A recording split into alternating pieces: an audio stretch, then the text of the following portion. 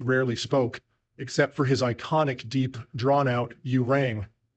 But what many people might not realize is that Cassidy also played another important role on the show. He was the hand behind Thing, the disembodied hand that added an extra layer of mystery and quirkiness to the Addams household. Playing two very different characters at once came with its challenges. For Lurch, Cassidy's height and deep voice were perfect, but when it came to playing Thing, his stature actually made things tricky. Thing was just a hand after all, so Cassidy had to get creative to make it work on set. Most of the time, Cassidy would lie flat on a wheeled trolley, carefully hidden from the camera's view, with only his hand visible. He would then insert his hand through a small hole in a box or behind furniture to create the illusion that Thing was crawling around the house all on its own. This setup allowed the Addams family's resident hand to interact with the other characters, all while maintaining the show's creepy atmosphere. Of course, there were moments when Lurch and Thing had to appear on screen together. In these cases, Cassidy couldn't play both characters at the same time. To solve this, associate producer Jack Voglin often stepped in to portray Thing, lending his own hand literally to the role. On a few rare occasions, a third actor was used, but their identity remains a mystery to this day, adding yet another layer of intrigue to the Addams family legacy. Cassidy's portrayal of Thing was more than just a visual effect. It added to the bizarre and whimsical nature of the show. One fun detail about Cassidy's approach to the role was his playfulness with the character. Most of the time, Thing appeared as a right hand, but on certain occasions, Cassidy would switch it up and use his left hand instead just to see if anyone in the audience would notice. This little touch of mischief perfectly captured the quirky spirit of both Cassidy and the show itself. Ted Cassidy's talents didn't stop with the Addams family. Outside of his work as Lurch and Thing, Cassidy built an impressive career in Hollywood. He appeared in films like Butch Cassidy and the Sundance Kid and McKenna's Gold in 1969, and he continued to showcase his versatility in roles throughout the 70s. Even after the original Addams Family series ended, Cassidy continued to embrace his role as Lurch, reprising the character in a crossover episode of Batman in 1966, and lending his voice to the animated series The New Scooby-Doo movies in 1972 and the Addams Family animated series in 1973. The Addams Family's living room was actually pink. When you think of the Addams Family, your mind immediately goes to their spooky, eerie, black and white world. So imagine the surprise when it's revealed that their iconic living room wasn't dark and shadowy at all, it was actually bright and colorful. That's right. The Addams family's living room set was draped in shades of pink, red, turquoise, and other vibrant hues that would feel completely out of place in their famously creepy mansion. The reason behind this unexpected burst of color is that the show was filmed in black and white. This allowed the set designers to get creative with the colors of the furniture, walls, and props without worrying about how they would appear in color. They were only concerned with how things would look in terms of contrast and texture on screen. In black and white filming, some colors translate differently. Pinks could appear as deep grays, and certain shades of red might look dark and foreboding, which was perfect for the spooky vibe of the Addams family home. Another fun fact is that even the actors had to wear unusual shades of makeup to achieve the right look on camera. Morticia's lips, for instance, were sometimes painted in brown or green instead of the classic red we imagine. These colors, while odd in real life, made her look perfectly ghostly in the black and white world of the Addams family. This unique use of color behind the scenes created the eerie atmosphere we associate with the show, proving that sometimes things aren't quite as they seem, even in the most macabre of households. The enigmatic character with electrifying secrets. Uncle Fester Addams stands out as one of the most peculiar and mysterious members of the Addams family, and his bizarre traits only added to the family's creepy allure. His hunched posture, pale skin, and dark sunken eyes made him instantly recognizable, but it's his strange abilities and eccentric habits that really set him apart. For instance, Uncle Fester's knack for generating electricity was one of the most bizarre and unexplained phenomena in the show. He often demonstrated this odd power by placing a light bulb in his mouth, which would light up with a crackle as if his body held a secret reservoir of electrical energy.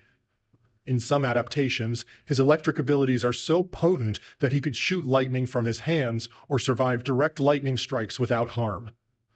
The origin of Uncle Fester's electrifying power is one of the many enduring mysteries of his character. While the 1991 Addams Family movie suggested that Fester regained his memory after being struck by lightning, no definitive explanation is given for how he acquired this strange ability. Whether it's a result of some supernatural family trait, or just part of the character's quirky, otherworldly nature, fans are left to wonder. Fester's fondness for physical extremes didn't stop at his love of electricity. He also seemed to take a twisted pleasure in pain. His migraines were a common occurrence, but instead of seeking relief in the usual ways, he would stick his head into a massive screw press and tighten it as if it were a form of therapy. The idea that Fester could enjoy such a painful method of relieving his headaches only adds to his air of strangeness. At times, he would even use the press for pure enjoyment, further cementing his status as the family's most eccentric and enduring oddball. While Fester may appear threatening with his eerie behavior and unconventional quirks, deep down, he has a kind heart. He shows genuine care for Gomez, Morticia, and the rest of the family. Despite his sometimes chaotic actions and even his jealousy of Gomez and Morticia's relationship, Fester's loyalty to his family never wavered. He remained a gentle, albeit strange, figure who loved his niece and nephews unconditionally, despite their constant mischief. One of the oddest facts about Uncle Fester comes from the set of the original Addams Family TV show, where actor Jackie Coogan, who portrayed Fester, sometimes had to work around the limitations of television technology. For example, whenever Fester had to interact with Thing, the famous disembodied hand, technical challenges would arise. Ted Cassidy, the actor who played Lurk, would often play the role of Thing as well. Due to his towering height, Cassidy had to maneuver under tables or inside boxes to ensure only his hand was visible on screen. On the rare occasions when both Lurk and Thing appeared in the same scene, a third, unidentified actor was brought in to play Thing, making it one of the few times Cassidy didn't double up on roles. Fester's mysterious past is another layer that adds intrigue to his character.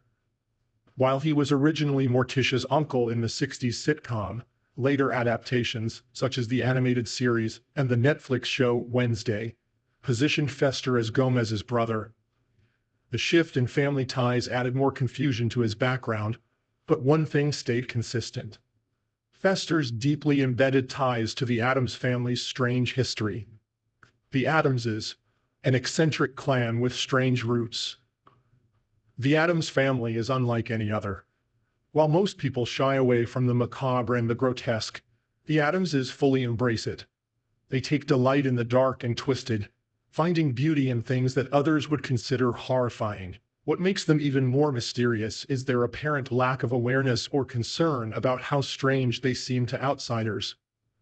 To them, their ghoulish ways are completely normal, and they remain blissfully unconcerned by the reactions of others. One intriguing fact about the Addams family is that the iconic characters we know today, Gomez, Morticia, Wednesday, and Pugsley, weren't even given names until the 60s.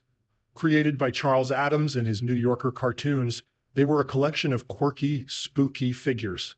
It wasn't until a doll collection was released in 1962 that Morticia and Wednesday were given their now famous names.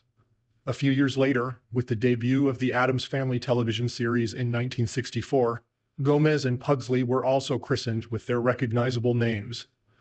But the family's eccentricity didn't stop with their unnamed beginnings.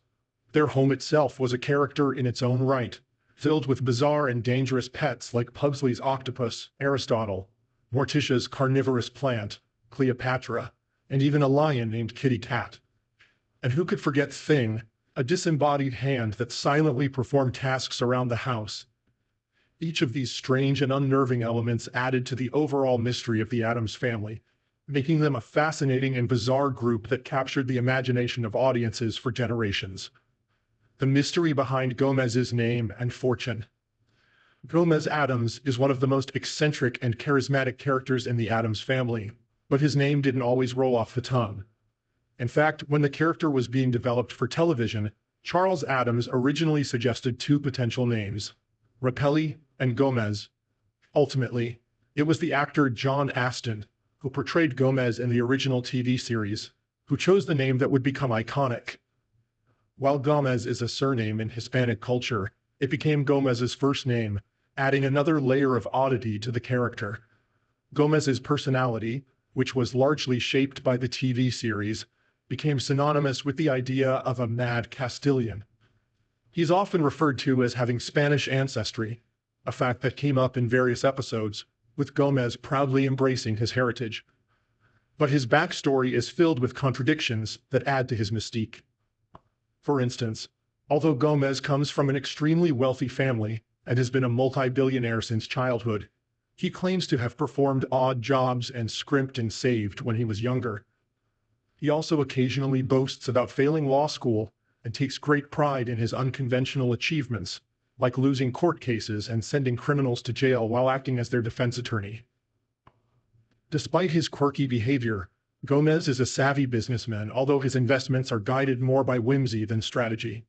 From buying a swamp for its scenic value to owning businesses as odd as a buzzard farm, Gomez's wealth is a testament to his bizarre sense of priorities. Yet no matter how much money he has, Gomez seems to value his family above all else, spending lavishly on whimsical endeavors just to entertain them. The passionate and mysterious love life of Morticia and Gomez.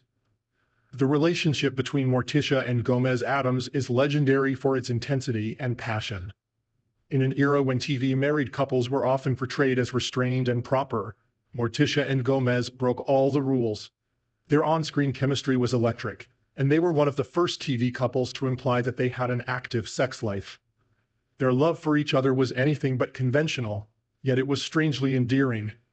Gomez's obsession with Morticia's beauty, her French phrases, and even her arm were all part of their bizarre yet devoted relationship.